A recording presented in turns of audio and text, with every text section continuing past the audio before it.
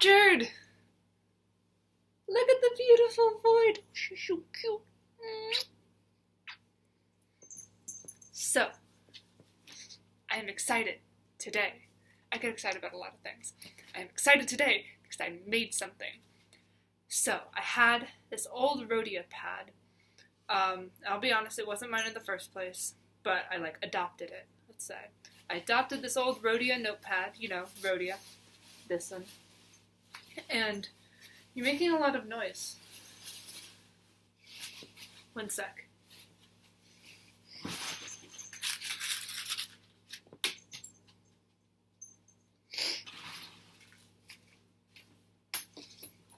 Okay. I had an old Rhodia notebook, and then I've been thinking, though, I like the paper, but I don't like, it was like a flippy book.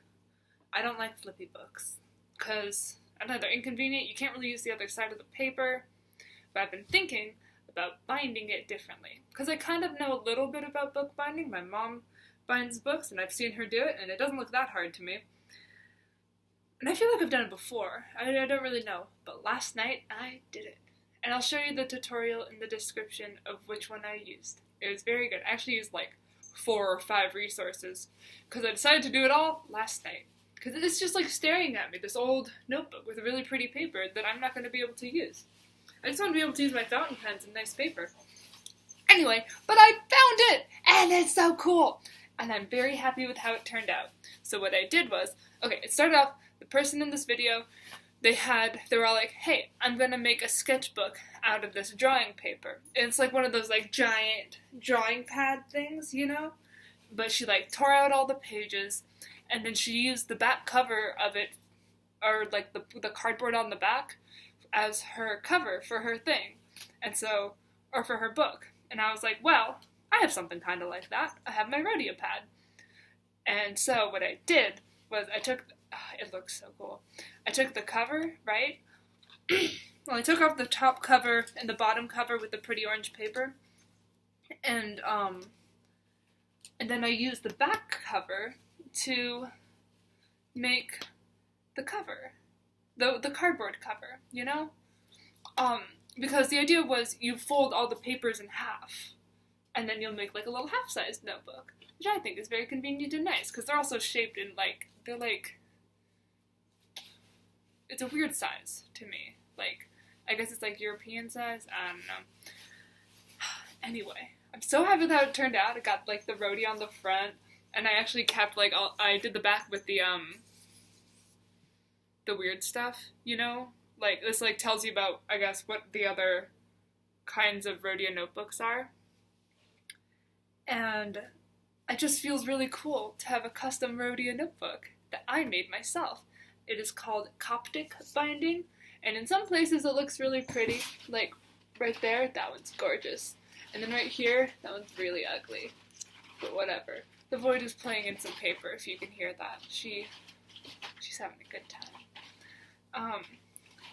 And it's beautiful, and it lies open flat, like that, which is cool, right? And even if I open it to, not one of the, little century pages, still, it lies nice and flat.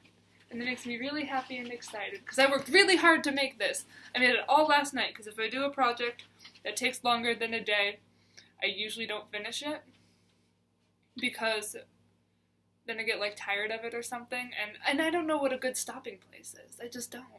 And I'll never remember what my next step is in the morning. It's all very hard. I don't know how to do projects. But I made this, and I'm so happy. My mom was like, oh, if you send that to me, I can bind it for you. But I was like, no, I kind of want to do it tonight. So I did. It was an emotional adventure to finally make this happen. The emotional adventure is that I had to go to the store to get wax thread, because you're supposed to use wax thread to make this kind of thing, because it's strong. Yeah. But my local craft store is it's kind of like an indie shop. It's a small town. And it's cool. But all their string stuff, their knitting, their quilting, it's all in a separate part of the store. That's a literal separate store. And I went there, and I looked for the wax thread, and all they had was, like, crochet thread. And I was like, not really the same thing. But then I asked around, and apparently it was in the leather section. Oh, this isn't really what I wanted to talk about. But I wanted to say, it's cool. So the thing is, I had to use some... I live in a little apartment. I don't have a lot of stuff. But I had to use some materials, how do I say? Like the tools. I had to makeshift them. So I punctured all the holes with a hammer and a nail because I don't have an awl. And, but it worked out. I punctured them all with a hammer and a nail, and then I, like, made sure that it went through at the right sides by pushing, paper clips through. It was a pain. And I got, special curvy needles. They called them bookbinding needles. I've always called them upholstery needles. I don't really know. Oh, maybe it can have two names. Stuff can have two names. I'm just really proud of this. It makes me happy, and it's part of my cool shit collection, which I will do a video on at some point. Because it's like, I took something that was already there, and I kind of just made it back into itself, but in a new, cool way. I like it.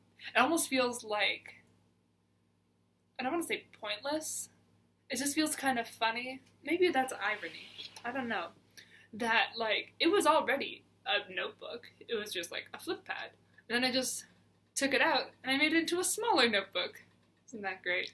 Because, like, if you open it up, like this is, like, the original size of the paper. It's just, like, top down. You know? Honestly, it looks smaller, though, than the original size of the paper. Like, if I find the inside part, God, that looks so pretty. It's so nice. But, like, this is the size of the paper. Yeah, like, I didn't trim anything or nothing. But that's my cool notebook. And it makes me very happy.